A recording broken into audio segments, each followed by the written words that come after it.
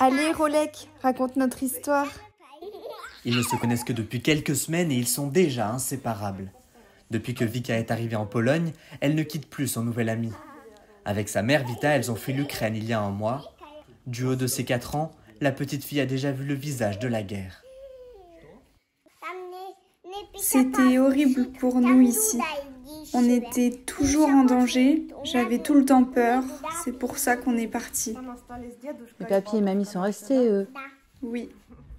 Elles ont eu la chance de partir et de trouver refuge chez Mirek.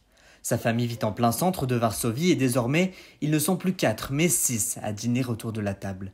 Le banquier ne regrette pas un instant d'avoir ouvert ses portes aux Ukrainiennes. Elle est toujours joyeuse et pleine d'énergie. J'aimerais bien avoir des petits-enfants comme ça plus tard. Avec sa mère, elles vont rejoindre l'Angleterre où vivent leurs amis éloignés. Lorsqu'un collègue lui a parlé de Vita et Vika, Mirek n'a pas hésité une seconde à leur ouvrir ses portes, le temps d'obtenir leur visa britannique. En Pologne, on pense qu'on ne fait de cadeaux à personne en hébergeant des réfugiés, car les Ukrainiens font déjà beaucoup pour nous. En réalité, la majorité des Polonais pensent qu'ils se battent pour nous, qu'ils sont notre rempart face à la Russie. C'est normal qu'on les aide, on ne leur fait pas une fleur, c'est même une obligation pour nous. Gratuité des transports, points de collecte et distributions alimentaires, la Pologne tout entière est mobilisée pour accueillir au mieux les réfugiés ukrainiens. Malgré ce formidable élan de solidarité, cette responsable d'association préfère rester prudente. D'un côté, c'est génial ce qui se passe ici, mais en même temps, je me demande à quoi ressemblera la situation dans les jours à venir, dans les prochaines semaines, mois ou même années. J'ai peur que toute cette énergie et cette effervescence finissent par s'essouffler.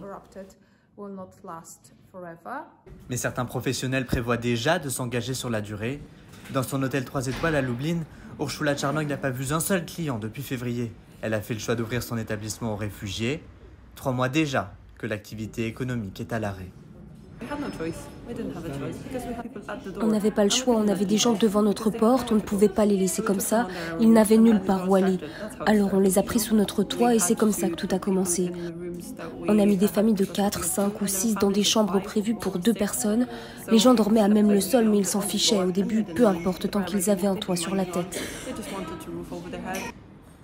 Quant à l'organisation de l'établissement, elle a été complètement bouleversée.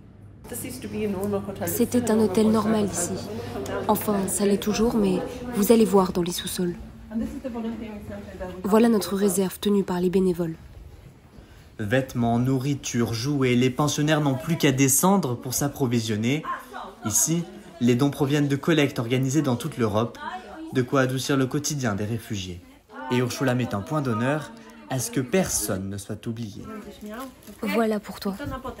Et ça, c'est pour plus tard, d'accord ? La directrice s'accroche à l'espoir d'un retour rapide de la paix en Ukraine.